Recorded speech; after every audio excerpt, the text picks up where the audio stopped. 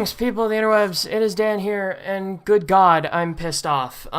Reason being, because I was taking notes just fine, nothing going wrong, and then suddenly I deleted my notes. I have no clue how, but I deleted my 3 pages worth of notes for the SmackDown review. But I do have some other notes here that I can go off of, and maybe it'll jog my memory on some of the stuff that I wrote down. So these notes are not mine. They are by a guy named Adam Martin of WrestleView.com. So these are not my own notes. I had to go off of somebody else's. So the show tonight, SmackDown Live, took place from Pittsburgh, Pennsylvania, the PPG Paints Arena in Pittsburgh, Pennsylvania. There was actually a rumor going around that Kurt Angle was spotted outside of the arena before the show, and a lot of people were wondering if he was going to show up on SmackDown tonight, and a lot of people thought that it would be during the main event that he would come out, and, due to the fact of who was in the main event, that, it would make sense. But regardless, we'll get into that later. The show opened with a look back at Talking Smack last week, where AJ confronted Shane backstage after losing to Randy Orton in the main event last week. And then backstage, we see Daniel Bryan talking on the phone to someone. I'm not sure what's the deal with these general managers and always talking on the phone and never knowing who they're talking to. He's talking to Daniel, talking on the phone, laughing about tonight's Miz TV, about how it's going to be a very special edition. AJ walks in and demands to know where Shane is. Bryan gets off the phone and tells AJ to calm down. Styles says that he's sick of people telling him to calm down, and the next person to tell him to calm down will get a slap in the face from him. Bryan gets in his face and informs him that Shane has not arrived in the building yet. And Styles wants to talk to the WWE Universe right now. Daniel Bryan tells him to be careful what he says because he has a career to think about. Styles says that is exactly what he is trying to think about right now, his career. Tonight we only had a 2-man booth, which is very interesting. We only had JBL and Tom Phillips because David Otunga was off filming a movie, so we had no David Otunga. And then Mauro Ranallo was stuck in the great Northeast snowstorm of 2017, so we did not have Mauro Ranallo there. But I felt like the 2-man booth with JBL and Phillips just flowed really nicely. It didn't feel as busy over there. It didn't feel as cramped, audio-wise from the commentary. So I would say that I back this up. If they want to continue this, if they want to maybe have Ranallo work exclusively on 205 Live, and then maybe have Otunga just go off and do his own thing, and leave it with JBL and Tom Phillips, I wouldn't mind that at all. I prefer a 2-man booth to a 3-man booth any day of the week. So then we had AJ Styles talking to the WWE Universe. He walked down to the ring, no bullshit, no fancy choreography for his entrance. He didn't do the frickin' this thing where he threw back the hood or anything like that. He just walked down to the ring. He didn't have his jacket either. He just had a sleeveless shirt on of one of his, grabs a mic. The crowd in Pittsburgh starts to chant AJ Styles at the top of their lungs. I could not hardly hear myself think because this crowd was chanting AJ Styles so loudly. He says that he is sick and tired of being messed with and screwed over by Daniel Bryan and Shane McMahon. He thinks that since he is the best superstar in the WWE, that the red carpet should be rolled out all the way to the main event of WrestleMania for the greatest superstar on the roster today. I agree. AJ should not have had all this happen to him. He has had undoubtedly the greatest year in the WWE this year.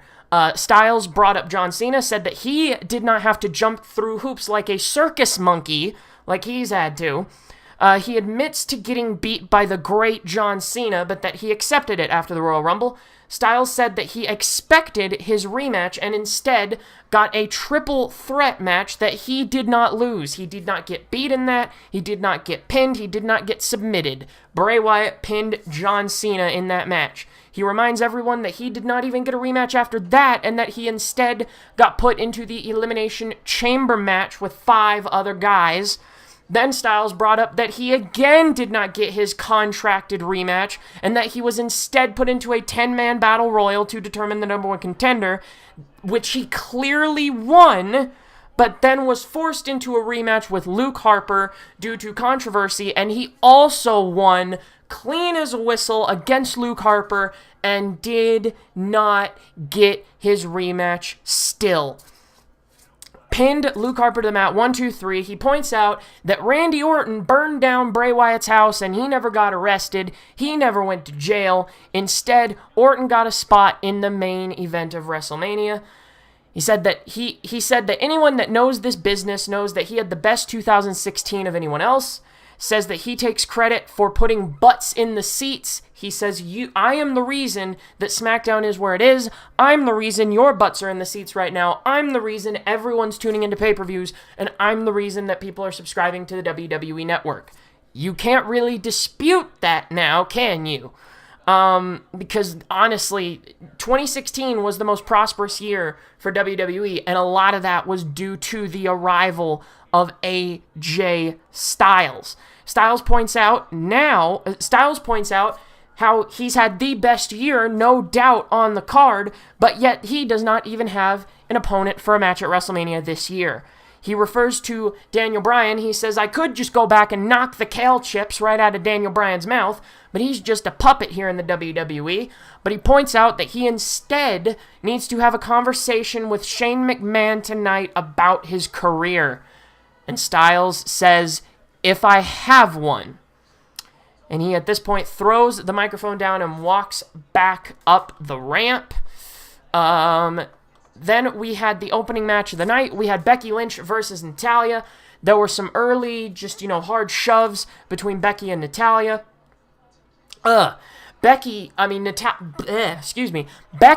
a huge right hand to Natalya, just a slap straight across the face. It was, I heard it loud and clear. Becky got Natalya down actually into an STF, flashback to her matches with Nikki. Becky getting her down into an STF, but Natalya got to the bottom rope, and then it cut to commercial. Back from the commercial break, Becky dropped a leg over Natalya. Natalya rolls out. Becky runs, Natalya blocks a clothesline, drops Becky to the floor with a rough Michinoku driver on the outside. I thought that Becky was legit hurt. I thought that she maybe could have messed up her neck and back again. I thought that she was hurt, but luckily she wasn't. Back in the ring, Natalya wraps Becky up in the ropes. Natalya hit a drop kick to the lower back of Becky for a 2 count. Natalya hit another big slap to Becky. Becky fires back with a series of clotheslines to her dropkick combo. Becky had her Bexploder suplex into the corner, and then Becky actually transitioned because Natalya tried to get Becky up on the top rope and was trying to do a move on her, probably from an electric chair position. Becky transitioned that into the disarmer, and Natalya very quickly taps out to the disarmer after getting that top rope move countered by Becky Lynch. Becky Lynch is your winner. Post-match, Carmella hits the ring and attacks both Becky and Natalya. And James Ellsworth, this ass clown, is in the damn ring still. Can he just be gone out of everyone's lives, please? I beg you. Can he just be done with? I know that this guy had his 15 minutes of fame. He had his several moments in the sun. Can we just be done with James Ellsworth, please? He's had his fun. Let him make the remainder of his WWE contract money, and then let him go make that money on the independents. Let the dude go. Carmella smiles and bails out with Ellsworth at her side. Backstage, we see a shot of a very upset AJ Styles waiting in the car park area where that garage door opens up and everybody always pulls in, waiting for Shane McMahon.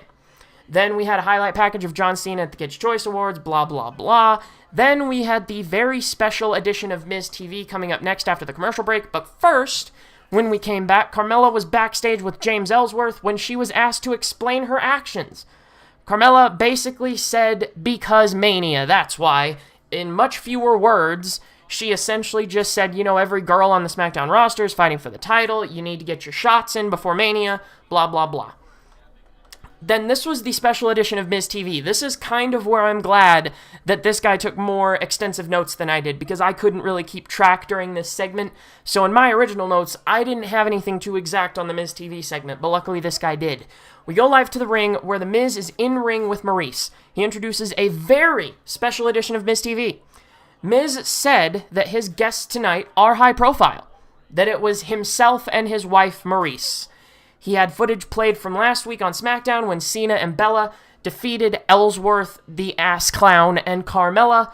Miz and Maurice attacked both of them after the match. He also had footage played of the Miz criticizing Cena and Nikki Bella during Talking Smack. If you can find that on the WWE's YouTube channel, check it out. It is golden. The Miz, once again, coming up with one of the promos of his life on Talking Smack last week. It was unbelievable. Back live in the ring, Miz talks about John Cena only loving himself. Maurice says that Nikki is 10 times worse.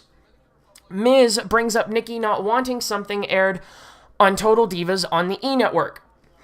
Maurice tells a story about having a contract in her hands to be a part of the first season of the show, along with former WWE star Kelly Kelly. She says that Nikki told her not to sign it so that they could get more money out of the deal. WWE declined the offer at that point.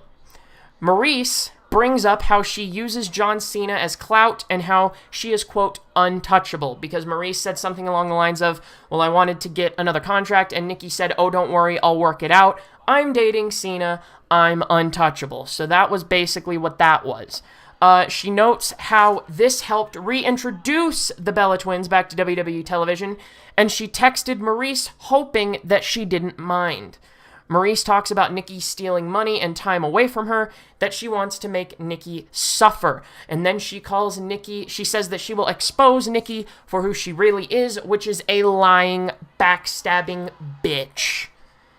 I actually liked Maurice on the microphone. I can forgive the accent, because I know that she's not stumbling over her words because she's bad on the mic.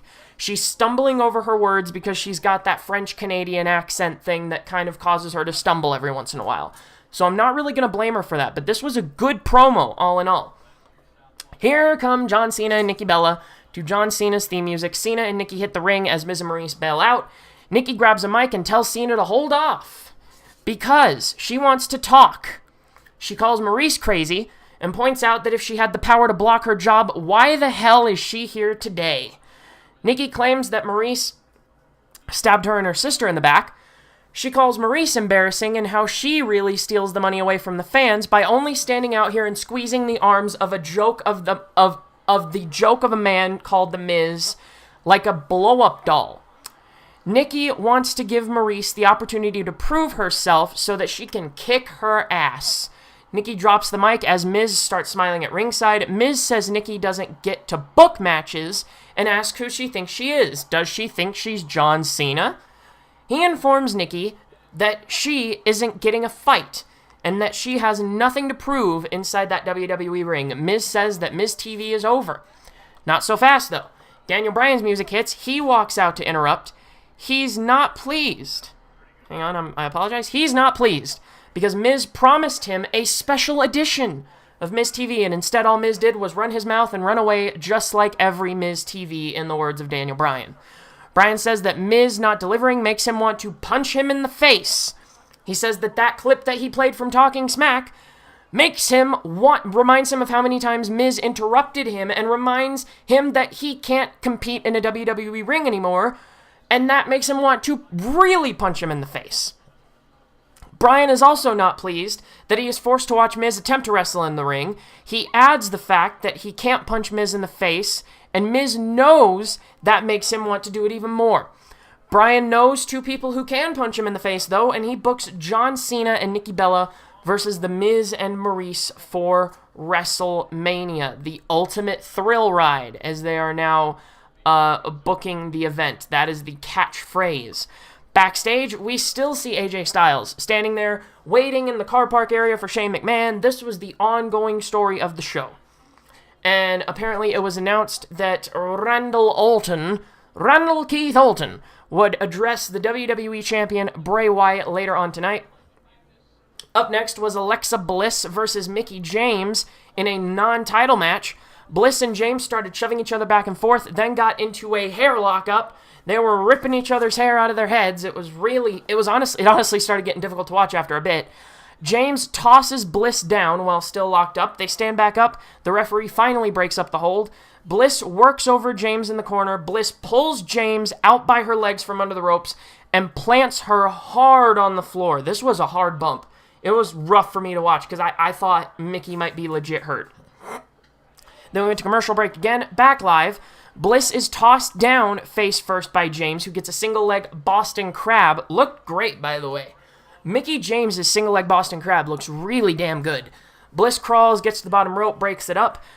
James hit a clothesline into a snapmare and drop kick on Bliss, resulting in a 2 count. Bliss then tossed James hard on her head, then tossed her aside for a second time. Bliss had a roll-up from the corner, resulting in a 2 count on James. James came back with a kick to Bliss. Bliss then had a roll-up for a 2 count. James had a roll-up of her own to counter Bliss's roll-up for a 2 count. Bliss hit a huge right hand on Mickie. I'm talking one that would knock out a heavyweight champ with an iron chin. A big right hand that drops Mickie James straight to the floor. Bliss went for a move called Insult to Injury, where she goes for jumping knees and then a back handspring into some knees, but she misses the second on the standing moonsault spot. James then catches Bliss with a mitt kick to the side of the head and gets the pinfall victory. Then after that match, we still see AJ Styles backstage waiting for Shane McMahon to show up. Renee Young wants to get a word in. I didn't know it was Renee Young, honestly. I was looking away from the TV for a split second, so I didn't know it was Renee Young. Renee Young wants to get a word with Styles about his intentions tonight. Styles says that since he doesn't have a match at the Ultimate Thrill Ride, WrestleMania, he says that since he doesn't have a match at the Ultimate Thrill Ride, that he will just have to get his thrills where he can. We see a car pull in and Styles ducking down behind another car. Shane then gets out. Styles attacks Shane, sending him into a table, throwing him several big right hands. He tosses Shane into a car, then into some ice machines there in the back car park area where they were standing, then with more right hands, and then Styles busted Shane through a damn car window. And they made this look so legit, like I honestly was worried for Shane McMahon. That's how legit they made this look. I know that the car window was gimmicked. I know all that, blah, blah, blah. You know, I know that he wasn't really all that, he didn't really have a concussion or anything like that.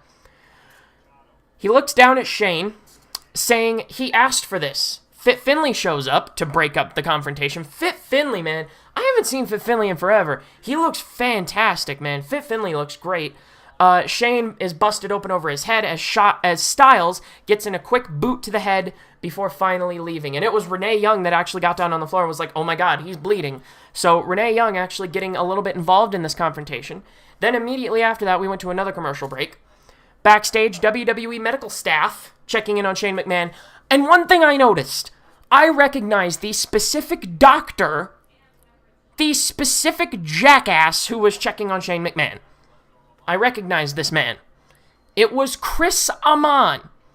And if you don't know who Chris Amon is, he is the guy who wanted to, who CM Punk is having problems with, essentially. He was the one that caused CM Punk's staph infection to go misdiagnosed. He was the one that pretty much put CM Punk through all that crap that he went through medically at the end of his run. That's Chris Amon. And that's the dude who was checking on Shane McMahon. So I hope that he doesn't have an undiagnosed infection in his head. WWE doctors want to take Shane to the emergency room. Shane refuses. They then take Shane to the medical room inside the arena with help from arena security. We see a shot of AJ in the dressing room. The Usos and Kurt Hawkins are chewing him out and telling him that he is going to get fired for what he did to the commissioner. Then Daniel Bryan cuts Styles off in the hallway. As he's trying to walk out of the dressing room, he's getting his suitcase. He's trying to walk out of the dressing room like a friggin' badass. Daniel Bryan stops him in the hallway and calls Styles a coward. He says, "What little respect I had left for you, I have instantly lost." Styles asks Bryan, "What are you going to do? Fire me?" Then Bryan agrees and tells Styles to get the hell out of the arena now. And then friggin' security escorts Styles out of the building.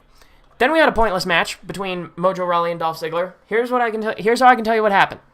Mojo had a pointless promo talking about how he was in the Andre the Giant Memorial Battle Royal. Dolph came down. Mojo kept sending Dolph over the top rope, and they kept mentioning, "Oh, well, if this was the Andre the Giant Memorial Battle Royal, Dolph would have been eliminated this many times already. Ha ha ha." So Mojo threw Dolph over the top rope 3 or 4 times, and then eventually Dolph said, "Enough with this." He walked away while he was outside of the ring. Ref got the 10 count. Winner via countout is Mojo Rawley. Then they had a recap of AJ Styles attacking Shane McMahon, blah, blah, blah.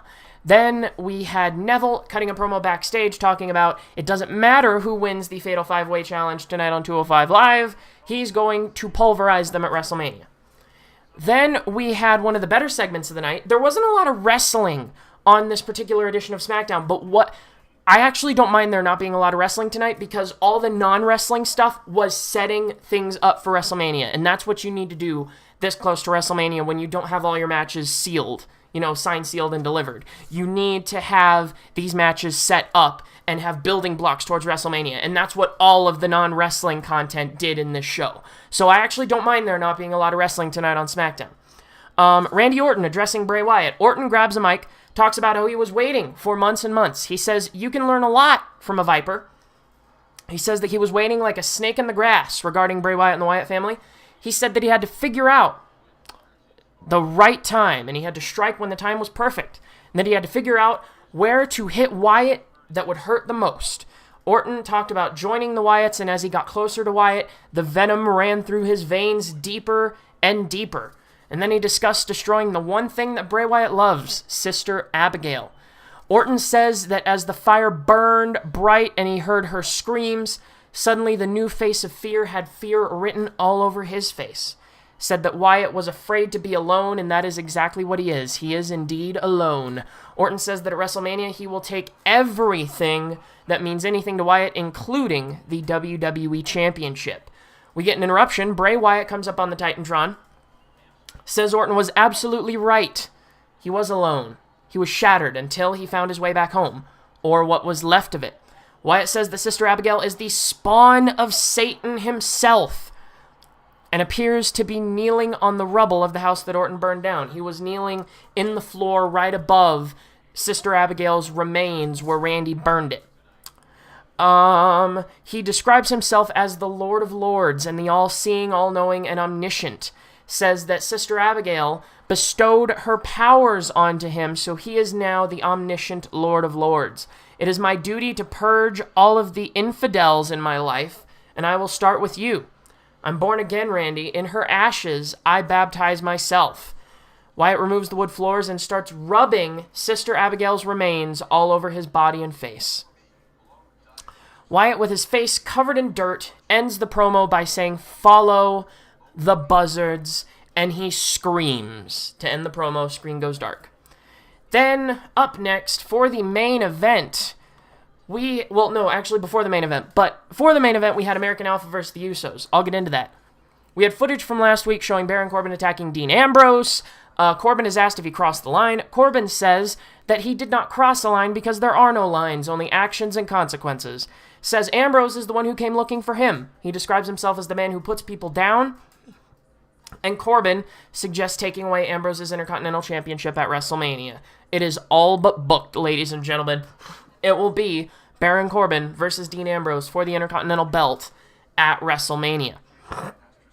Excuse me. Then again, as I said before, non-title match, American Alpha versus the Usos in tag team competition. I was expecting something big before, whenever I realized that the tags would be in the main event. But we started with Chad Gable and Jimmy Uso in the ring. Gable bails, and Jey Uso is now in getting tossed by Gable, who tagged Jason Jordan, who caught Jey with a quick drop kick. During the match, we see Shane McMahon walking around backstage with Fit Finlay and Jamie Noble. Remember Jamie Noble? The dude who got friggin' stabbed in the back or whatever it was? But But anyway, they cut to Shane McMahon. It was like a picture within a picture type thing. They had the match running on one side of the screen with this shot of Shane McMahon walking around backstage on the other with Fit Finlay and Jamie Noble. There was a tag to Jimmy Uso, who works over Jordan in the corner. Jimmy plants Jordan with a beautiful scoop slam. Tag to Jay, who goes up top with Jimmy. Gable runs in to cut it off. The Usos remained up top, probably going for the double Samoan splash. Then the crowd started to chant, "We want Angle." We want Angle. Because Angle's hometown is, in fact, Pittsburgh. And again, as I said, there was a rumor before the show started that Angle was spotted outside the arena. Then the Usos go to bail when both Gable and Jordan take them out, sending them to the floor. Then we went to commercial break. Back live after the commercial. They see Jordan catch Jimmy with a kick. Jay launches him off the ring apron. Jimmy gets the tag, jumps down, levels Jordan with a clothesline on the outside. Jimmy launches Jordan against the ring apron and then back inside, getting a 2 count off of a pinfall attempt. Tagged Jay, who comes off the top rope with a shot on Jordan, who was over the knee of Jimmy, resulting in another 2 count. Jimmy powers Jordan down to the mat. These notes don't make much sense, I'm going to be honest. This is the portion of the notes where they don't start to make too much sense. Jimmy powers Jason Jordan down to the mat in a side headlock takedown. We see yet another shot of Shane McMahon backstage with Finlay and Noble, refusing to leave the arena to go to a medical facility, and he turns around, heading to the backstage area. And they had actually announced, Shane's on his way out right now. I had no damn clue what was going on. Back in the ring, Jimmy misses a shot in the corner on Jason Jordan. Tom Phillips says that he has in fact been informed that Shane is heading to the stage right now. Gable gets the tag and hits repeated German suplexes on Jey Uso. Gable hit an overhead belly-to-belly suplex on Jimmy. Gable hit a German suplex into a bridge for a 2 on Jay. Gable hit multiple right hands on Jay in the corner. Gable tossed Jimmy out of the ring. Jay with a roll-up on Gable, getting a very close 2 count.